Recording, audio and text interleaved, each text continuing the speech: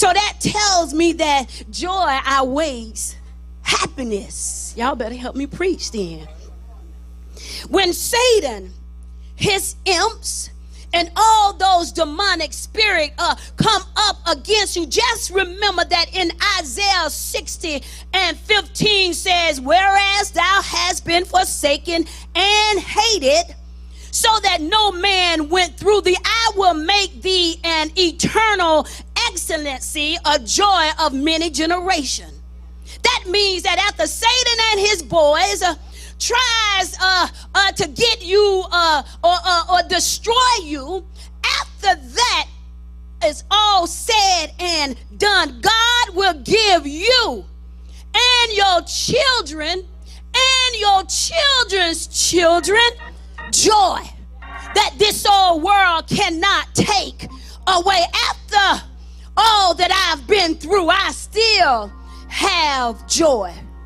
When it seems like all hope is gone and you just can't endure anymore. I know some of y'all felt like that because all weekend long folk been texting me and calling me and asking me to pray for them because they felt like they cannot endure any longer, that life is still life, but their minds and their feelings on the inside, they feel like that they cannot endure until God give them a breakthrough. I too feel somewhat the same way. But when I saw what Bishop wrote and I read and I understood what he was saying, y'all, I still have joy. Luke 10:20, notwithstanding in this rejoice not, but the spirits are subject unto you, but rather rejoice, because your names are written in heaven. So don't worry, be joy-filled, because our name, y'all, is written in heaven, and the torment of the moment is fleeting. I still have joy. Oh yes, we will every once in a while be afflicted, but the joy God has given will keep us from crushed down or beaten down. We may be perplexed and we have a question or wondering every once in a while what, when, where, and why. But the joy God has given to strengthen us will not allow us to be controlled by the circumstances. Isn't that good news? That whatever the devil and his boys are doing, we're not controlled by what they're doing. We still have our mind and our heart set to say, I still have joy. We will be persecuted, misused, abused, lied on, and cheated. But because of the joy that he has given freely, we can just rest upon the knowledge that we will not be forsaken, because he will never forsake his righteous. And are you a righteous one on this morning? I know that I am. I know I belong to the Most High God. So I don't care what is going on. I know my God will never leave me nor forsake. Y'all better help me preach then. We could be knocked down, but our joy will keep us from being destroyed. And that's also mentally. Sometimes the enemy will come to give you a mental breakdown.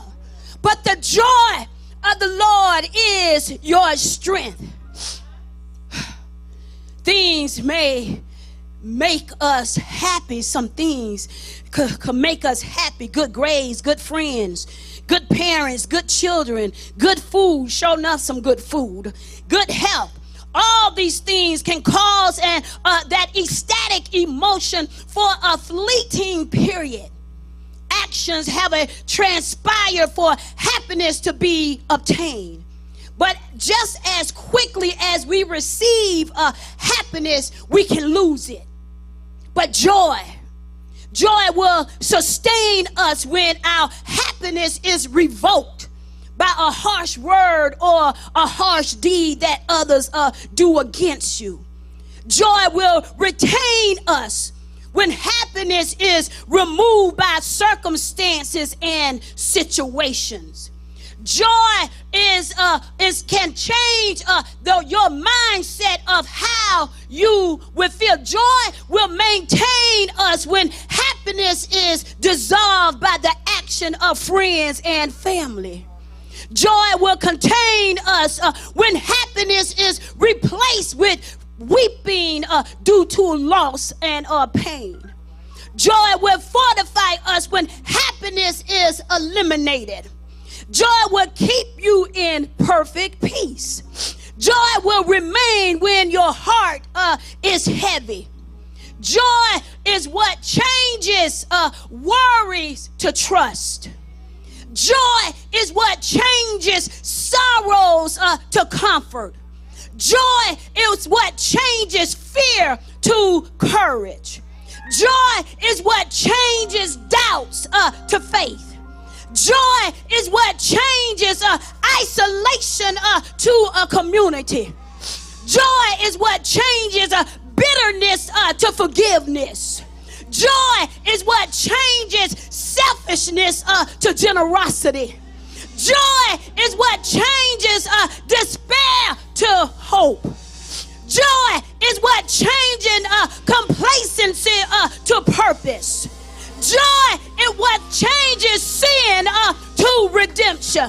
Joy is what changes hopelessness to hope fulfilled. Joy is what changes perplex to praise. Joy is what changes question to petitions. Joy is what changes depression to be delivered. Joy is what changes giving up to looking up. Joy is what changes sorrow to jubilation. Joy is what changes bewilderness to